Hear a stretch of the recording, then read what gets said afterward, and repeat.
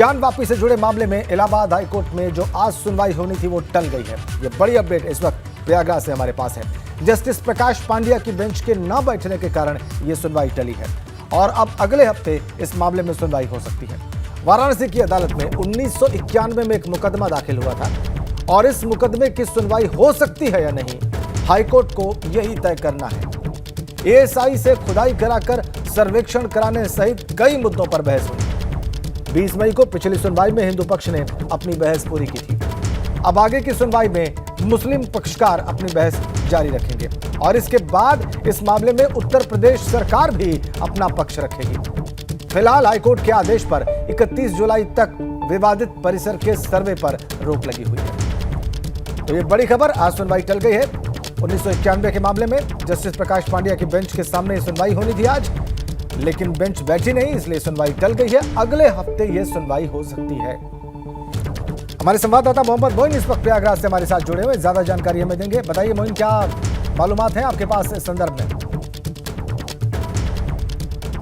विवाद में आज इलाहाबाद हाईकोर्ट में सुनवाई होनी थी, वो सुनवाई टल गई है। दरअसल जिस कोर्ट में सुनवाई होनी थी वो बेंच आज बैठी नहीं, इसी वजह से सुनवाई टाल दी गई है। उम्मीद ये जताई जा रही है कि अब ये सुनवाई अगले हफ्ते होगी और 13 जुलाई की डेट इसमें लग सकती है। हालांकि ये शाम तक ही तय हो पाएगा कि अगली डेट क्या लगी है, लेकिन बहुत मुमकिन है कि अगले हफ्ते सुनवाई होगी। यानी जिस सुनवाई का लोगों को बेसब्री से इंतजार था, वो सुनवाई आज नहीं हो पाई है। एक हफ्ते का और इंतजार करना होगा, अगले हफ्ते इस मामले में सुनवाई हो पाएगी। ये सुनवाई किस विषय पे हो रही है, संक्षेप में हमारे दर्शकों को जरूर बताएं और अभी तक कहां तक पहुंची थी ये भी बताएं मोइन। देखिए, जो वाराणसी में ज्ञान वापी परिसर है, इसके साथ साथ वहाँ पर स्वयंभू भगवान विश्वेश्वर का मंदिर है, इन दोनों का लेकर के जो है एक विवाद चल रहा है। 30 साल पहले 1991 में वाराणसी की अदालत में एक मुकदमा दाखिल किया गया था। इलाहाबाद हाईकोर्ट को यही तय करना है कि क्या इस मुकदमे की सुनवाई की जा सकती है या नहीं। यानी जो वाराणसी की जिला अदालत है उसको ये सुनवाई करने का अधिकार है या नहीं है, इसी चीज को इलाहाबाद हाईकोर्ट को तय करना है।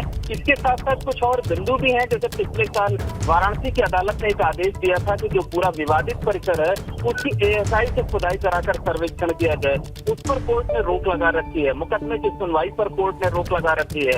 इसमें कुल 5 याचिकाएं दाखिल की गई हैं और 5 याचिकाओं में एक तो ये तय करना है कि इस मामले में सुनवाई हो सकती है या नहीं। 2 और अहम बिंदु हैं जिन्हें अदालत को तय करना है और बहुत मुमकिन है कि अगली जब सुनवाई होगी तो सुनवाई कंक्लूड हो जाएगी, अदालत अपना जजमेंट रिजर्व कर लेगी और अगस्त महीने में इस मुकदमे पर फैसला भी आ सकता है। बहुत धन्यवाद आपका मोइन इन तमाम जानकारियों के लिए। तो अब ये बड़ी अपडेट प्रयागराज से और इसके बाद अब हम आगे बढ़ेंगे, अगली खबर का रुख करेंगे। अगली बड़ी खबर कानपुर से है। उदयपुर में कन्हैया लाल की हत्या के मामले से जुड़ी है। कानपुर में दावत इस्लामी की बैठकों में हिस्सा लेते थे शहर काजी साकिब अदीब मिसबाही का एक वीडियो वायरल हुआ है। दावत इस्लामी के जलसे में शिरकत करते हुए उनका वीडियो वायरल हुआ है। लोगों से दावत इस्लामी से जुड़ने की अपील कर रहे हैं शहर काजी ने मीडिया में सफाई देने से भी इनकार कर दिया है। ये वीडियो वायरल है दावत इस्लामी के जलसे में शिरकत करते हुए शहर काजी का, और इसमें लोगों से वो जुड़ने की अपील कर रहे हैं, जैसा कि इस वीडियो में दिख रहा है।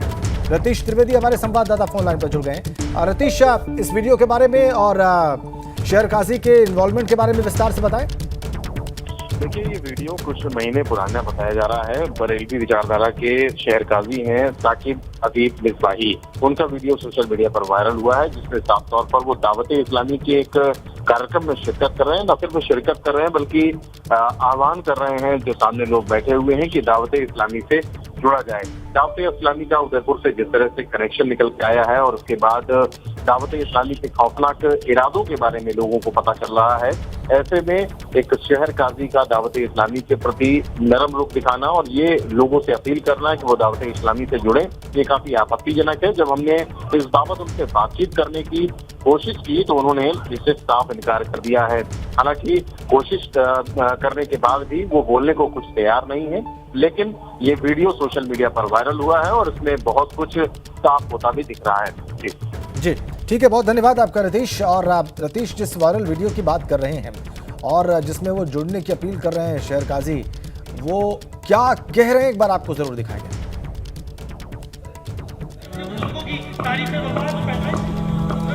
कौम को कुछ नहीं पता चला ख्वाजा साहब के आगे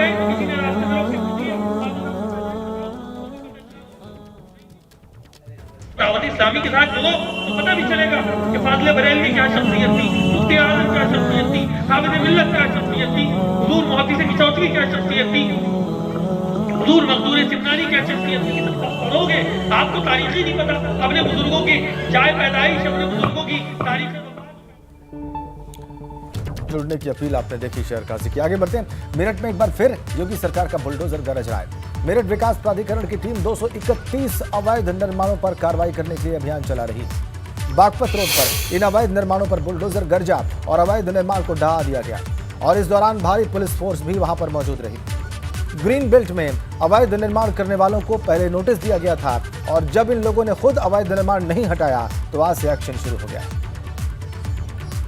ये देखिए आपका बुलडोजर कैसे गरज रहा है, कैसे अवैध निर्माण को ध्वस्त कर रहा है। तस्वीरें अवैध निर्माणों के खिलाफ एक बार फिर मेरठ विकास प्राधिकरण ने बड़ा अभियान छेड़ दिया है। आप देखिए कि जो मेरठ विकास प्राधिकरण का महाबली है वो किस तरीके से यहाँ जो अवैध निर्माण है उनको यहाँ जमींदोज करने का काम कर रहा है। अब तक 6 से ज़्यादा जो अवैध निर्माण है वो गिराए जा चुके हैं और ये वो अवैध निर्माण है जो ग्रीन बेल्ट में नियमों को ताक पर रखकर कर दिए गए। सबसे बड़ी बात यह है कि नियम होता है कि ग्रीन बेल्ट में कोई भी निर्माण नहीं किया जा सकता, लेकिन जानकारी होने के बावजूद आप देखिए कि किस तरीके से यहाँ ग्रीन बेल्ट में अवैध निर्माण कर लिए गए और अब मेरठ विकास प्राधिकरण की जो टीम है वो यहाँ पर जो कार्रवाई है वो कर रही है। ये 3 दुकानें हैं जिनमें से जो 2 दुकानें हैं वो गिरा दी गई हैं और जो तीसरी दुकान है उसको यहाँ पर गिराने का काम किया जा रहा है। ये देखिए मैं आपको दिखाऊंगा, पहले ये देख लीजिए बागपत रोड है, अभी इसको जो 6 लेन है वो यहाँ पर किया गया है और इस रोड पर चूंकि आवागमन भी बहुत ज़्यादा है और लेफ्ट हैंड पर इस रोड के बराबर में जो ग्रीन बेल्ट छोड़ी गई थी वहाँ पर नियम कायदे कानूनों को ताक पर रखकर ही अवैध निर्माण कर लिए गए और यहाँ भारी पुलिस फोर्स की मौजूदगी में जो ये कार्रवाई है वो यहाँ अमल में लाई जा रही है। लगातार एमडीए वीसी मृदुल चौधरी ने निर्देश दिए हैं कि ग्रीन बेल्ट में जो भी अवैध निर्माण किए गए हैं या रोड साइड वेंडिंग में जो भी निर्माण किए गए हैं उनको हर कीमत पर कार्रवाई की जाए और उनको यहाँ पर जो नेस्तनाबूत है ढाया जाए, उसका काम पूरी कार्रवाई अंजाम यहाँ पर कहीं ना कहीं दी जाए। तो देखिए कि किस तरीके से यहाँ जो बाबा का बुलडोजर है वो यहाँ पर एक बार फिर गरजता हुआ नजर आ रहा है। बागपत बाईपास से चंद कदमों की दूरी पर ही एक और जगह जो अवैध निर्माण है उनके खिलाफ जो कार्रवाई है वो मेरठ विकास प्राधिकरण की तरफ से यहाँ पर की जा रही है। देखिए कि एक तस्वीर मैं आपको दिखाऊंगा कि देखिए किस तरीके से यहाँ पर जो मेरठ विकास प्राधिकरण की टीम है वो लगातार यहाँ पर एक्शन कर रही है अवैध निर्माणों पर और एक एक करके उन अवैध निर्माणों को यहाँ पर गिराया जा रहा है। क्या पूरी तैयारी है, कौन कौन से अवैध निर्माण है, कितने अवैध निर्माण यहाँ पर चिन्हित किए गए हैं और उन पर कार्रवाई करनी है, ये हम बात कर लेते हैं मेरठ विकास प्राधिकरण के जो जोनल प्रभारी हैं अरुण शर्मा जी, उनसे। अरुण जी, आपसे एक चीज़ जानना चाहूँगा कि अब तक ये सुनने में आ रहा है कि 6 अवैध निर्माण तो आपने ढा दिए हैं, कितने और ऐसे अवैध निर्माण हैं जो चिन्हित किए गए? अभी तो 231 चुने गए चिन्हित हैं, लेकिन उसमें से कुछ लोग अपीलों में गए हुए हैं, कुछ पुनर्निर्माण में गए हुए हैं। तो जो लोगों पर कोई वो नहीं है उनको हटाया जा रहा है। और करीब 4 दिनों तक इसी तरीके से मेरठ विकास प्राधिकरण ने यहाँ पर एक पूरा अपना अभियान लगा दिया है। 4 दिन तक इसी तरीके से जो अवैध निर्माण है वो यहाँ पर ढाए जाएंगे, उनके खिलाफ इसी तरीके से लगातार सख्त एक्शन देखने को मिलेंगे। लेकिन कहीं ना कहीं एक सवाल ज़रूर उठता है कि जिस वक्त ये ग्रीन बेल्ट में अवैध निर्माण किए जा रहे थे उस वक्त जो मेरठ विकास प्राधिकरण के अधिकारी हैं आखिर वो कहाँ सो रहे थे, इसको लेकर तमाम सवाल ज़रूर उठ रहे हैं। लेकिन हाँ इतना है कि जिस तरीके से ग्रीन बेल्ट में ये अवैध निर्माण किए गए हैं अब एक एक करके उनको ढाने का काम मेरठ विकास प्राधिकरण की टीम अगले कई दिनों तक यहाँ पर जारी रखेगी। वीडियो जर्नलिस्ट सत्येंद्र सिंह के साथ सनुज शर्मा, एबीपी गंगा, मेरठ। अगली बड़ी खबर लखनऊ से है। ईडी दफ्तर में अब्दुल्ला आजम से पूछताछ चल रही है। जौहर विश्वविद्यालय के मामले में पूछताछ की जा रही है। 3 दिन पहले अब्दुल्ला और तजीन फातिमा को नोटिस दिया गया था और नोटिस मिलने के बाद आज पूछताछ के लिए टीम पहुंची। ईडी ऑफिस में ही बुलाया गया था दोनों को, यानी कि अब्दुल्ला आजम को और उनकी मां तजीन फातिमा को। और जौहर विश्वविद्यालय के मामले में यह पूछताछ की जा रही है अब्दुल्ला आजम से। विधायक है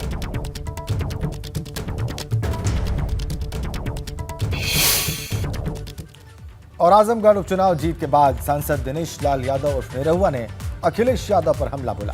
निरहुआ ने कहा कि हार पर अखिलेश यादव बहानेबाजी कर रहे हैं। 2019 में जीत के बाद वो कभी आजमगढ़ नहीं गए। लोकसभा उपचुनाव जीत कर आए निरहुआ इस वक्त बीजेपी हेडक्वार्टर पहुंचे हैं पार्टी के राष्ट्रीय अध्यक्ष से मिलने के लिए हमारे साथ बातचीत के लिए मौजूद हैं। निरहुआ जी, आप आजमगढ़ चुनाव जीत के आए। अखिलेश यादव ने कहा है कि मुझे पार्टी की तरफ से आश्वस्त किया गया था कि आजमगढ़ रामपुर हम जीत रहे हैं, इसलिए हम प्रचार के लिए नहीं गया। आपको लगता है कि अगर अखिलेश प्रचार के लिए आते तो आपके लिए दिक्कत होती? कुछ दिक्कत नहीं होती, क्योंकि हमारे जो पूजनीय प्रधानमंत्री जी हैं उनकी कल्याणकारी योजनाएं जो है वो गांव-गांव तक पहुंची है। अभी कोविड के दौरान जब महामारी आई थी पूरी दुनिया में, तो पूजनीय प्रधानमंत्री जी के द्वारा, मुख्यमंत्री जी के द्वारा राशन से लेके दवा से लेके हर बात का ध्यान रखा गया। तो कहीं ना कहीं वो गरीबों के पास जो सुविधाएं पहुंची, किसानों के पास जो सुविधाएं पहुंची, उसको लेके उनका मन भी बना था कि भारतीय जनता पार्टी ही जब हमारे लिए सब कुछ कर रही है तो हम विपक्ष में बैठ के करेंगे क्या, इसलिए कमल खिला है। बाकी वहाँ के सांसद होने के नाते आजमगढ़ में अखिलेश यादव जी कभी न कोविड की महामारी में कभी मुंह दिखाने गए और ना ही कभी संसद में ही आजमगढ़ के बारे में कोई एक सवाल किए हों या कुछ बात की हो तो बता दें। तो मुझे लगता है कि जनता ने ये सब देख लिया था और समझ गया था कि ये जो समीकरण की राजनीति करते हैं वो अब यहाँ पे नहीं चलेगी। यहाँ पे सिर्फ विकास की बात होगी और कहीं ना कहीं एक उम्मीद में, एक भरोसे में आजमगढ़ ने कमल खिलाया है कि जैसे आज भारतीय जनता पार्टी की डबल इंजन की सरकार में पूरा उत्तर प्रदेश उत्तम प्रदेश बन रहा है, तो आजमगढ़ थोड़ा पीछे रह गया था। वहाँ 10 के 10 विधायक जो हैं वो विपक्ष के थे। तो अब जनता ने मन बनाया कि भले 10 विधायक विपक्ष के हैं, पर हमको एक अवसर ईश्वर ने दिया है, तो हम डबल इंजन की सरकार के साथ जुड़ेंगे, इसलिए भारतीय जनता पार्टी वहाँ जीती है। 2019 में आप चुनाव हारे थे, स्मृति ईरानी जी ने आपको मंत्र दिया था और लगातार आप डटे रहे और इस बार चुनाव आप जीते। जी हाँ, ये दीदी का ही मंत्र था। मैं मिलने गया चुनाव हारने के बाद, तो दीदी ने कहा कि देखो वो जीत तो गए वहाँ पे, लेकिन वो प्रधानमंत्री बनने के लिए वहाँ चुनाव लड़ने नहीं गए थे, प्रधानमंत्री जी को रोकने गए थे और उसमें वो असफल हुए हैं। तो वो वहाँ रुकेंगे नहीं, टिकेंगे नहीं, कुछ करेंगे नहीं, वो भागेंगे वहाँ से। बस आप वहाँ रुको, वहाँ पे रहो, लगो, लोगों की समस्या सुनो, समाधान करो और निश्चित रूप से आप जो है सफल होगे, लोक सेवा का मौका देंगे। और वही हुआ, लोगों ने एक मौका दे दिया सेवा करने का। एक आखिरी सवाल, आपका गाना बड़ा लोकप्रिय हुआ है, गाना एक बार आपसे हम सुनना चाहेंगे। हाँ, जब हम लोग 19 में चुनाव हार गए थे, उसके बाद भी जब लगातार वहाँ लगे रहे और जीतने के बाद भी जब अखिलेश यादव जी आजमगढ़ छोड़ के गए, तो हम लोगों ने वो गाना बनाया था, आजमगढ़ से प्यार कबो ना घटल रहे, आजमगढ़ से ध्यान कबो ना हटल रहे, अखिलेश हुए फरार निरहुआ डटल रहे, आजमगढ़ से प्यार कबो ना घटल रहे। शुक्रिया हमसे बातचीत करने के लिए। ये आजमगढ़ लोकसभा उपचुनाव जीत कर आए दिनेश लाल यादव उर्फ निरहुआ, जो कि भारतीय जनता पार्टी के राष्ट्रीय कार्यालय में पहुंचे हैं। पार्टी के राष्ट्रीय अध्यक्ष जेपी नड्डा से मुलाकात की और तमाम सारे पार्टी के राष्ट्रीय पदाधिकारियों के साथ अभी मुलाकात कर रहे हैं और कह रहे हैं कि अखिलेश यादव जिस तरीके से 2019 में लोकसभा चुनाव जीते थे, तभी उनको यकीन था कि वो आजमगढ़ छोड़ के जाएंगे, इसीलिए वो आजमगढ़ में डटे रहे और उसी का परिणाम है कि आज उन्हें विजय मिली है। कैप्टन विपिन के साथ अविनाश तिवारी, एबीपी गंगा, दिल्ली। और आज डिप्टी सीएम केशव प्रसाद मौर्य ने ग्राम विकास विभाग का रिपोर्ट कार्ड पेश किया। 100 दिनों की रिपोर्ट कार्ड उन्होंने जारी की और अपने विभाग के कामों की जानकारी दी। उन्होंने कहा कि मनरेगा से जुड़ी परेशानियों को हम दूर कर रहे हैं, रोजगार की समस्या को मनरेगा से दूर किया है। उन्होंने ये भी कहा कि 3251 खेल मैदानों पर काम शुरू हुआ है और पीएम आवास योजना के तहत 100 दिनों में 1 लाख आवास दिए गए। सीएम आवास योजना के तहत 8200 आवास दिए गए। प्रेस कॉन्फ्रेंस के दौरान अखिलेश यादव पर भी उन्होंने तीखा हमला बोला। उन्होंने कहा कि अखिलेश यादव को सलाह की जरूरत नहीं।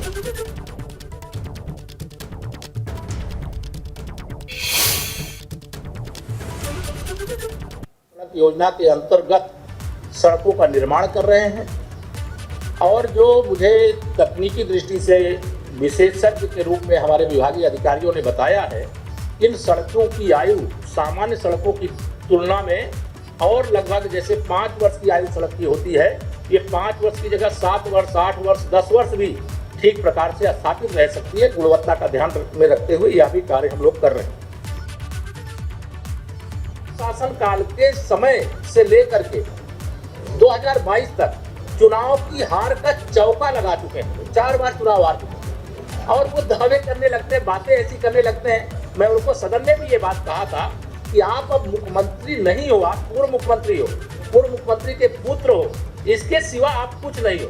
हम ग्राम विकास हो चाहे नगर विकास हो, युवाओं की दृष्टि से, महिलाओं की दृष्टि से, किसानों की दृष्टि से बुजुर्गों की दृष्टि से जितना अच्छा काम देश में माननीय नरेंद्र मोदी जी के नेतृत्व में, प्रदेश में आदरणीय योगी जी के नेतृत्व में हम लोग कर रहे हैं, ऐसा काम अगर अखिलेश जी किए होते तो 400 सीट का दावा करने वाले सिमट करके नहीं रह जाते। आगे बढ़ते हैं। लखनऊ में सीएम योगी आज हनुमंत धाम मंदिर पहुंचे और यहां पर वो प्राण प्रतिष्ठा के कार्यक्रम में शामिल हुए। इस दौरान उन्होंने 108 फीट ऊंची प्रतिमा का अनावरण किया और इस दौरान उन्होंने कहा कि धर्म के रास्ते में राजनीति कभी बाधक नहीं है। देवधाम आस्था के प्रतीक है। उन्होंने ये भी कहा कि देवधाम में आने वाले हर व्यक्ति का सम्मान है। हमारे देव मंदिर लोक कल्याण का माध्यम है। तस्वीरें आज लखनऊ में हनुमान धाम की।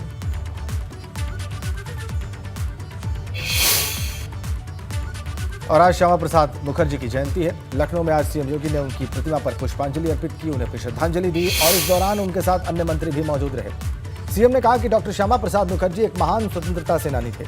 कश्मीर को भारत का हिस्सा बनाने में डॉक्टर मुखर्जी का बड़ा योगदान था।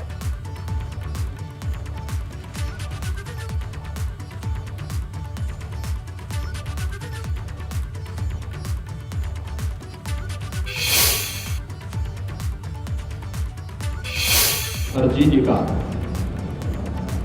पावन जयंती का दिवस है। मैं इस अवसर पर प्रदेश शासन की ओर से भारत माता के इस महान सपूत को देश के प्रति उनकी सेवाओं के लिए कोटि कोटि नमन करते हुए विनम्र श्रद्धांजलि अर्पित करता हूं।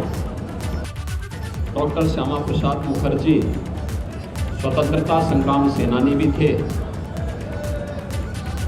वरिष्ठ समाज सेवी भी थे। देश की आज़ादी की लड़ाई में उन्होंने बढ़ चढ़ करके भाग लिया था।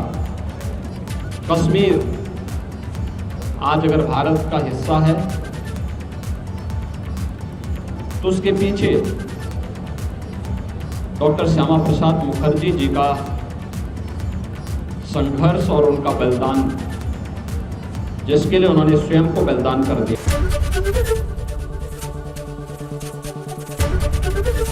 एबीपी गंगा, खबर आपकी, जुबान आपकी।